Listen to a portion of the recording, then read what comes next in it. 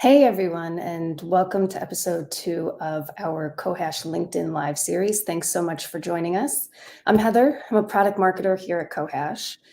We attempt to keep these episodes to a bite-sized 15 minutes. We know everyone's busy. So in today's episode, we're going to talk through our latest integration with Microsoft 365. I'm here with Dennis Chen. He's our lead product manager.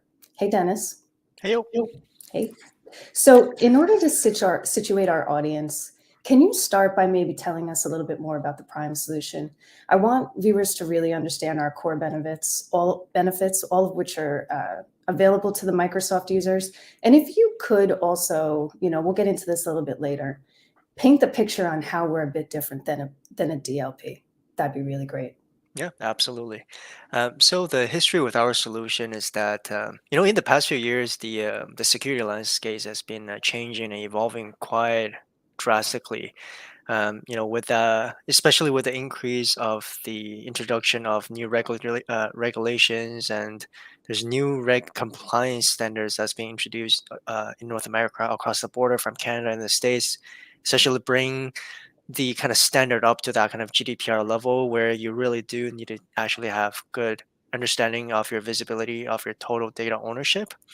It's really kind of evolved a lot in the sense that traditionally people just had a sense that it's more of a compliance checkbox. I was able to get a DLP solution. I'm able to stop some exfiltrations. Good enough for me. But with these kind of new laws and regulations, and also with the kind of increase in visibility and the reporting, all the kind of data breaches, all of that is kind of making a lot of the security teams think about data risk differently in the sense that um, they're starting to realize that just having that traditional kind of really reactive, have a DLP there to kind of hold the guard is not good enough anymore. And they're shifting towards more of a kind of a proactive mentality where they want to start managing their data risk in that manner, if that makes sense. It does.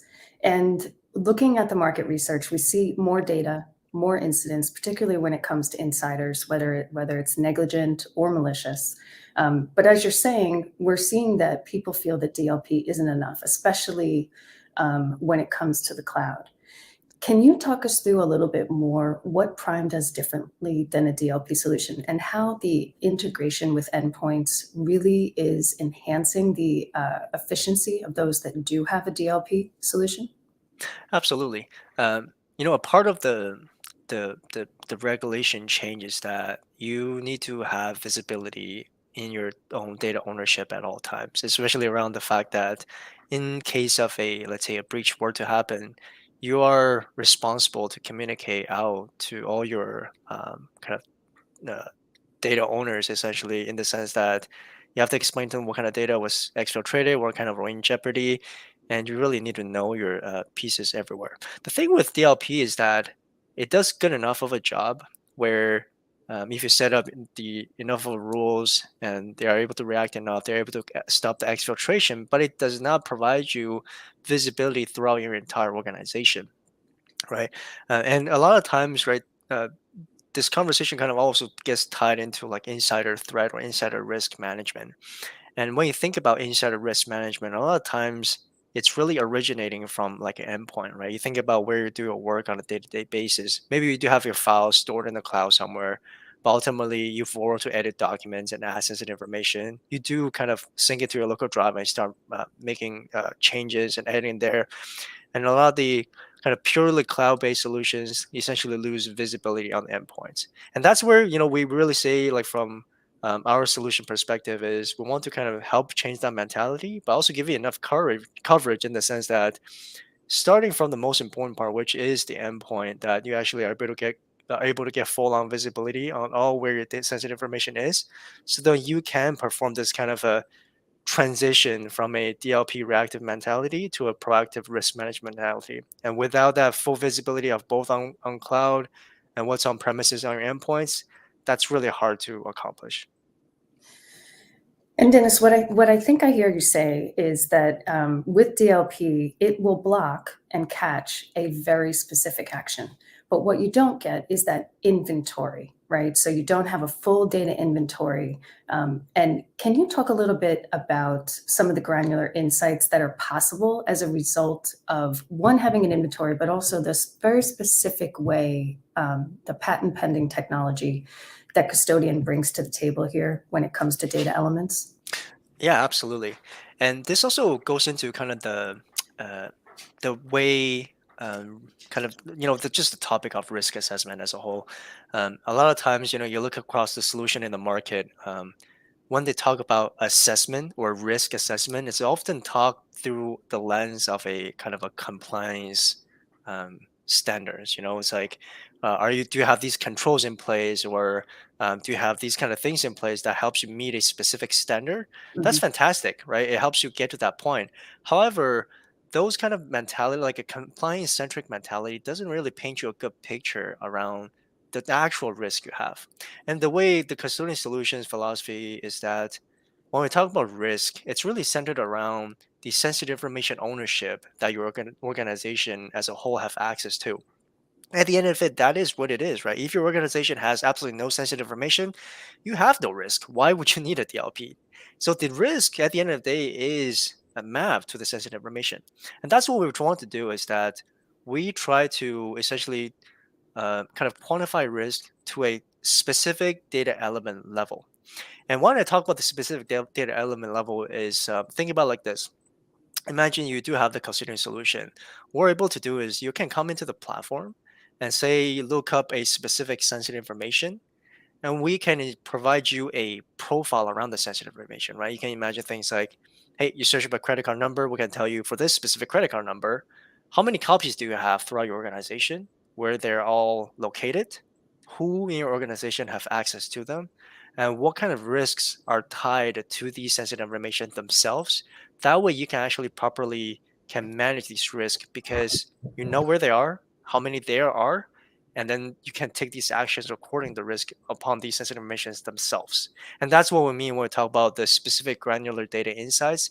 The I would say other solution in the market don't really give you the ability to have the visibility on. okay, and the visual that we're seeing up here, just to give people an analogy that they'll understand, when you think about, Google Maps, for instance, you have a satellite view and you have a street view. So what you can relate us to here is that street level view of risk, right? You might have any number of files, but within those files are data elements. And you can see here that, there were a couple of instances where there were up to 14 million data elements, right? Can you say a little bit more about specifically what granular data elements, um, taking that information and cross-referencing it with employee interactions, specifically what insights we're able to provide? Yeah, absolutely. Um, the kind of the crossing of it really happens. Like, I want to go back a little bit and give you a little bit better example as well about what it actually means to go that granular data level. And I think this file kind of example really paints the picture well, in the sense that, one scenario was always here is, um, these security teams essentially get alerted upon files that just the system deem as risky. And oftentimes, giving that file level alert or notification that, hey, something is risky, is not enough for you to action upon. And oftentimes these teams kind of end up having to dig around inside the file for a long time before they can actually take any actions. And that's kind of the difference in the ability for you to act is also very different when you talk about at file level and the data element level. And Heather, to answer your question, talking about what kind of insights can you actually get out of these data element, I think the example I gave a little bit earlier about that painting a data element profile to help you get more insights, that's a very important one. But also another really cool one is that, when we actually go through the philosophy that risk is mapped to sensitive information ownership, you can actually get a bottom up view of your entire organization's exposure to data risk together. You can think, when you have the foundation block of sensitive information risk, you can say, who has this sensitive information? What kind of information does a person have? Then now you actually have a risk profile specific individuals. And then you can also add it towards a department that consists of these individual profiles, and also at an organization as a whole. Along with that, and also kind of looking at users' behaviors on how they're actually interacting with this sensitive information, you can have a very proactive kind of risk management practice in the sense that you know way ahead of time what your employees' risk profile look like. Based on the kind of actions that they're normally taking, you can have a good understanding of what is standard and what is abnormal, and then you can take these actions and before they become to a point where you have to rely on your DLP to really prevent them of taking these exfiltration or actual harm causing actions. It makes sense, Dennis. And it sounds like these granular insights, tying it back to what you said earlier around shifting from, catching bullets to proactively, you know, finding risk indicators that you can take action on. It sounds like you talked about an employee risk profile, um, quantifying risk at the departmental level, and then also being able to benchmark between employees. And then we also have the monthly risk posture evolution report, so you can see how it changes over time, right?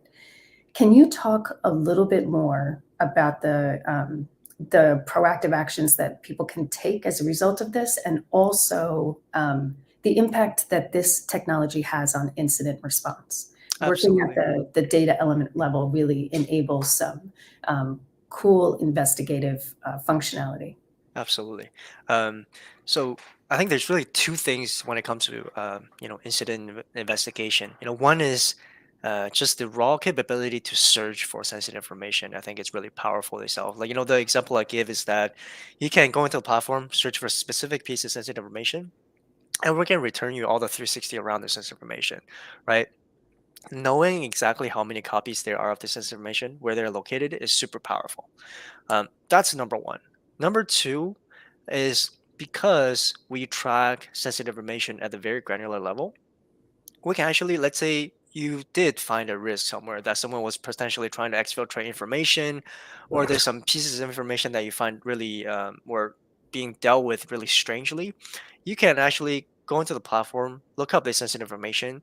You can see the whole kind of trail as to how this sensitive information got to the point where it's become very risky for you, in the sense that you can see at what point and when did it enter your organization, how many hands did it pass, all the way till your endpoint now that you're performing the investigation. So then you can know the whole history of how this risk entered your organization to become what it is. And also, it's another good way to get that full visibility for you to kind of reflect upon to prevent this from happening again. And these are the things that's only possible because we track it at a very such granular level. If you only get a file to say you have a risky file, you don't really know how many edits were made upon it to get it to the state, and that's the level of visibility that we're talking about. So, Dennis, I think that our viewers now understand a bit about the solution itself. Let's transition over to why Microsoft and why now.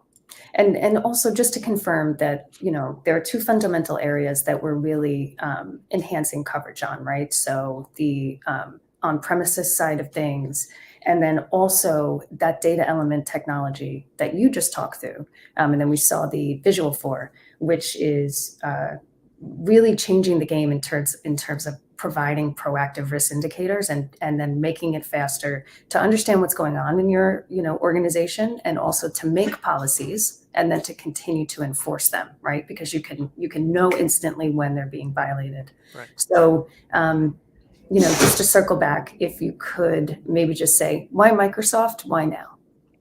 Yeah, of course. Um, I think number one is that uh,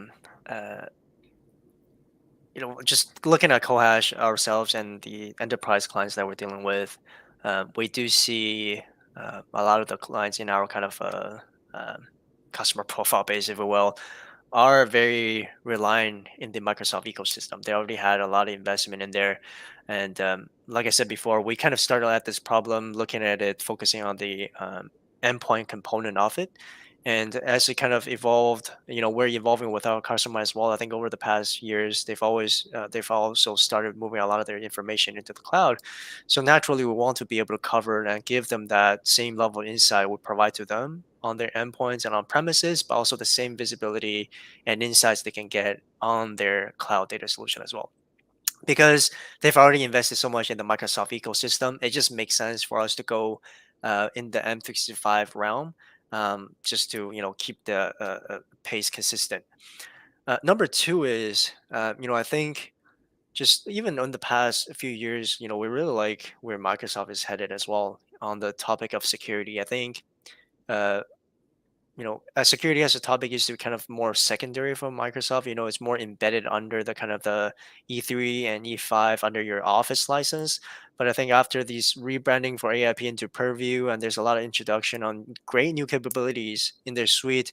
I think it's just a great kind of a player to kind of work with and partner with, and especially considering I do think there's a lot of great values we can even add to things like Purview, like Heather, like you said, right on the on-premise piece of it, and also the great insights that we can even enable the Purview DLP to function even better.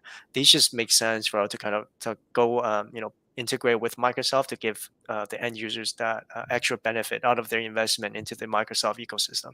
Right, makes sense. So getting that inventory on the endpoint, right, that otherwise wouldn't be possible, and then also leveraging that data element technology for proactive risk management and for faster incident response. So Dennis, thank you so much for being here today, and we look forward to our next episode. Pleasure. Thank you. Thanks.